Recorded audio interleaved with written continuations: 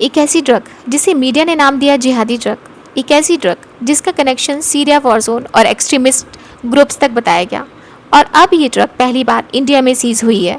182 करोड़ की कैप्टेगन tablets India में कैसे पहुंची? क्या ये सच में फाइटर्स को फियरलेस बना देती है? क्यों इस ड्रग को दुनिया की सबसे डेंजरस ब्लैक मार्केट ड्रग्स में काउंट किया जा रहा है? और सबसे शॉकिंग बात, ये एक टाइम पर लीगल मेडिसिन हुआ करती थी। आज की वीडियो में हम कैप्टेगन की कंप्लीट स्टोरी समझेंगे, history, science, terrorism connection, India seizure case, effects, black market और फ्यूचर रिस्क, सब कुछ सिंपल लैंग्वेज में। सबसे पहले समझते हैं कैप्टेगन एक्चुअली है क्या। कैप्टेगन एक स्टिमुलेंट ड्रग है, यानी ऐसी ड्रग जो ब्रेन और नर्वस सिस्टम को अननेचुरली फास्ट और हाइपर मोड में डाल देती है। इसका ओरिजिनल केमिकल नेम है फेनेथिलीन। 1970s में इसे लीगल मेडिसिन के रूप में यूज़ किया जाता था। डॉक्टर्स इसे ADHD, नेक्रोलेप्सी यानी एक्सेसिव स्लीपिंग डिसऑर्डर और कुछ डिप्रेशन के केसेस में प्रिस्क्राइब करते थे। इनिशियली लोगों को लगा कि ये नॉर्मल मेडिसिन से बेटर है क्योंकि ये फोकस और एनर्जी इंक्रीज करती थी, लेकिन कुछ टाइम बाद साइंटिस्ट को समझ आया कि इसका एडिक्शन लेवल बहुत डेंजरस है। ये ड्रग ब्रेन में डोपामाइन रिलीज को हैविली अफेक्ट करती थी और इसी वजह से यूजर्स को टेम्पररी कॉन्फिडेंस, एनर्जी और एक्साइटमेंट फील होती थी। प्रॉब्लम ये थी कि धीरे धीरे बॉडी इसकी एडिक्टेड हो जाती थी। इसके बाद कई कंट्रीज ने इस ड्रग को बैन कर दिया। अब सवाल आता है, अगर ओरिजिनल कैप्टेगन बैन हो चुकी थी तो आज जो कैप्टेगन मिलती है वो क्या है?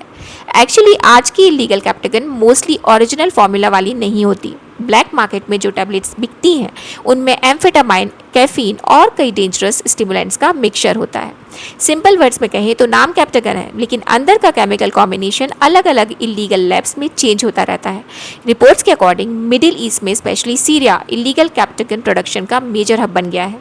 यहाँ सीक्रेट फैक्ट्रीज में लार्ज स्केल प्रोडक्शन होने लगा और धीरे धीरे ये ड्रग ब्लैक मार्केट इकोनॉमी का ह्यूज पार्ट बन गई। अब आते हैं सबसे कंट्रोवर्शियल पार्ट पर, कैप्टेगन को जिहादी ड्रग क्यों बोला जाता है? मीडिया रिपोर्ट्स और इंटरनेशनल इन्वेस्टिगेशंस में कई बार क्लेम किया गया कि एक्सट्रीमिस्ट ग्रुप्स और मिलिटेंट्स ने कैप्टेगन का यूज़ किया, स्पेशली सीरिया और इराक के कॉन्फ्लिक्ट जोन में।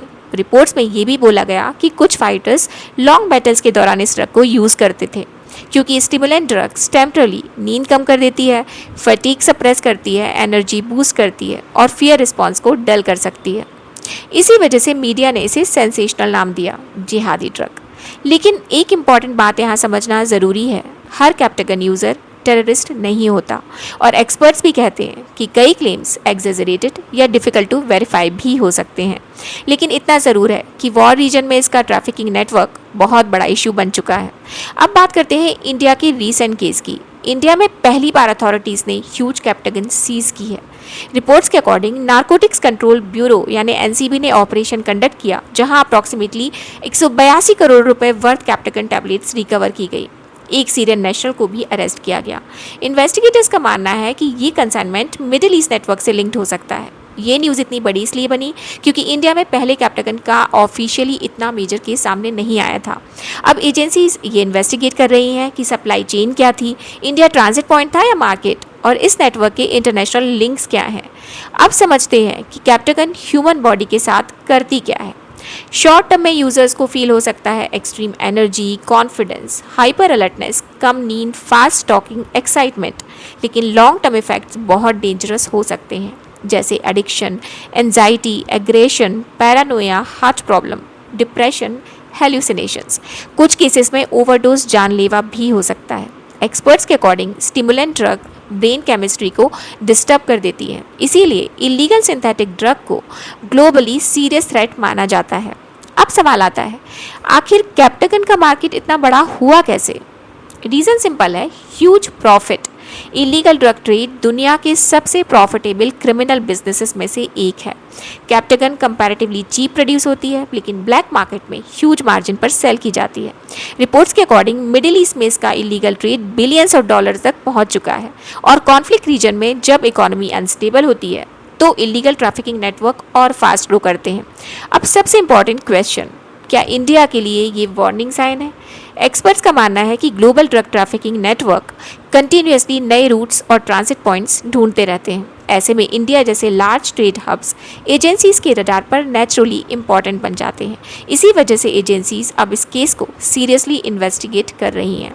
ये सिर्फ एक ड्रग सीजर नहीं बल्कि इंटरनेशनल ट्रैफिकिंग नेटवर्क को समझने का भी मैटर है। तो ओवरऑल कैप्टागन एक बेंट स्टिमुलेंट ड्रग है जो लीगल मेडिसिन से इलीगल ब्लैक मार्केट प्रोडक्ट बन गई।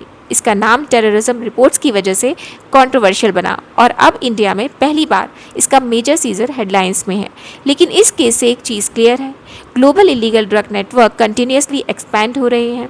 आपका क्या मानना है? क्या इंडिया को सिंथेटिक ड्रग्स के अगेंस्ट और स्ट्रिक्ट मॉनिटरिंग की ज़रूरत है? कमेंट करके ज़रूर बताएं और अगर वीडियो इन्फॉर्मेटिव लगी हो तो लाइक और शेयर ज़रूर करें और ऐसे ही डिटेल एक्सप्लेनेशन के लिए चैनल सब्सक्राइब करें। Thank you for watching.